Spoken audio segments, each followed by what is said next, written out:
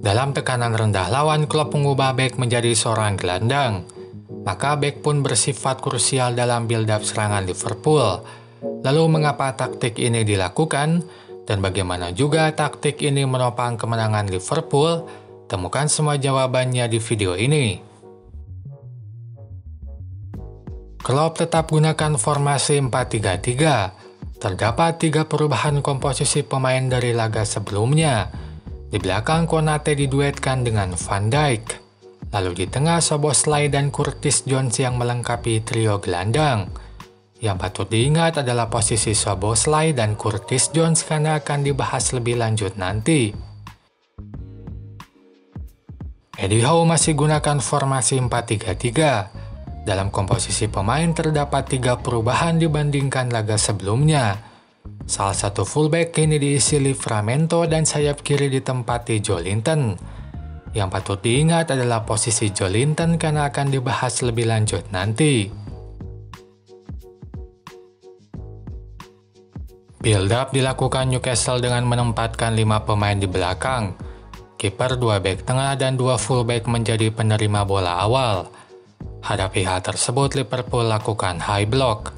Mereka menekan lawan sejak di pertahanan. Itu membuat Newcastle tak leluasa lakukan umpan pendek sehingga banyak lakukan umpan panjang ke depan. Kadang umpan panjang ini tak mampu dimenangi pemain Newcastle dan bola pun dikuasai pemain Liverpool. Sementara saat sudah di tengah hanya ada 3 pemain di belakang, yaitu 2 bek tengah dan 1 fullback. Dalam situasi ini, Liverpool tetap lakukan tekanan tinggi baik pada pemain yang membawa bola atau yang mungkin menerima bola. Tampak gelandang tengah diisolasi sehingga ia tak bisa menerima bola.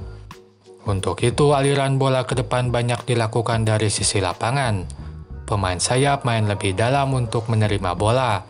Tampak Joelinton mundur ke sisi tengah untuk menerima bola. Hanya saja tekanan tinggi dari pemain Liverpool membuat ia kesusahan lakukan umpan lanjutan ke lini depan. Situasi inilah yang buat Newcastle susah bangun serangan, sebab tekanan Liverpool membuat serangan mereka banyak terhenti di tengah. Build up dilakukan Liverpool dengan menempatkan 3 pemain di belakang. Kiper dan 2 bek tengah menjadi penerima bola pertama. Hadapi hal tersebut, Newcastle lakukan middle block. Mereka tak menekan lawan dan memilih merapatkan posisi ke tengah. Itu membuat Konate dan Van Dijk leluasa membawa bola ke lini tengah.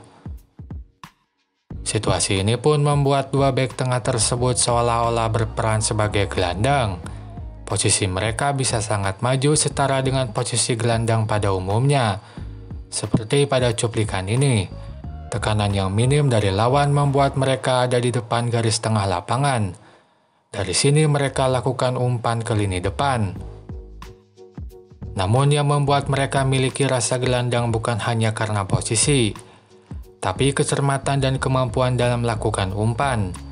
Seperti pada cuplikan ini, umpan cermat Pandai ke Jones di babak pertama dan umpan cermat Konate ke Endo di babak kedua menjadi awal serangan Liverpool. Hal-hal ini yang membuat mereka berkontribusi besar dalam bangunan serangan Liverpool di laga ini. Tak cukup dalam umpan pendek, mereka pun handal dalam umpan panjang. Mereka berulang kali lakukan umpan panjang akurat di laga ini.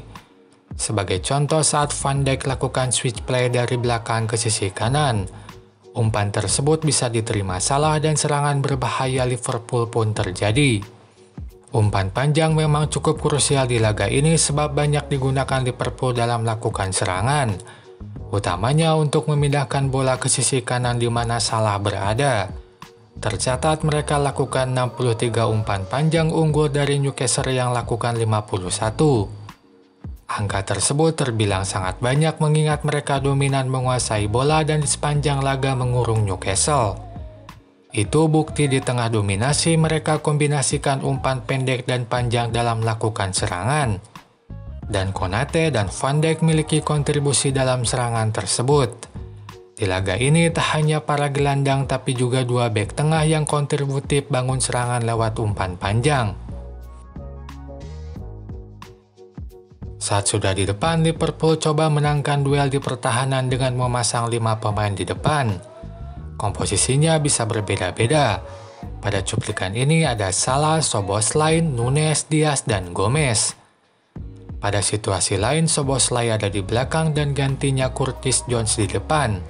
Taktik ini cukup efektif mengingat Newcastle tetap bermain dengan 4 back, sehingga Liverpool unggul jumlah pemain di pertahanan. Selain itu, kondisi ini membuat switch play atau umpan panjang ke sisi lapangan bisa dilakukan. Sebab satu pemain seperti Salah jadi punya ruang cukup luas untuk menerima bola. Itu pun tampak di gol kedua Liverpool. Pada gol tersebut tampak ada 5 pemain Liverpool hadapi 4 bek lawan. Di sini terlihat Curtis Jones sejajar dengan Jota di depan. Dari sinilah Salah lakukan umpan ke Jota, lalu Jota umpankan bola ke Jones. Maka Jones pun ciptakan gol kedua Liverpool. Itu saja pembahasan di video ini. Silakan tulis apapun pendapat kalian di kolom komentar.